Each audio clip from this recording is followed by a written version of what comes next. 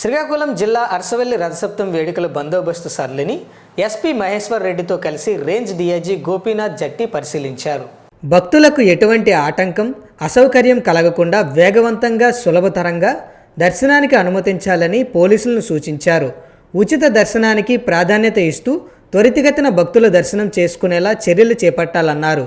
భక్తుల రద్దీ దృష్ట్యా ట్రాఫిక్ మళ్లింపు చర్యలు చేపట్టి ట్రాఫిక్ అంతరాయం లేకుండా చర్యలు చేపట్టాలని రేంజ్ డీఐజీ సూచించారు. బందోబస్తు నిర్వహణ సరళిని తెలిపి కంట్రోల్ రూమ్, సీసీ కెమెరాలు, డ్రోన్ కెమెరా ద్వారా వాహనాలు రాక, భక్తుల దర్శనం, క్యూ లైన్లో మార్గాల నిర్వహణ, పార్కింగ్, ట్రాఫిక్ క్రమబద్ధీకరణ చర్యల గురించి డీఐజీ వారికి పూర్తి వివరాలు జిల్లా ఎస్పీ తెలిపారు.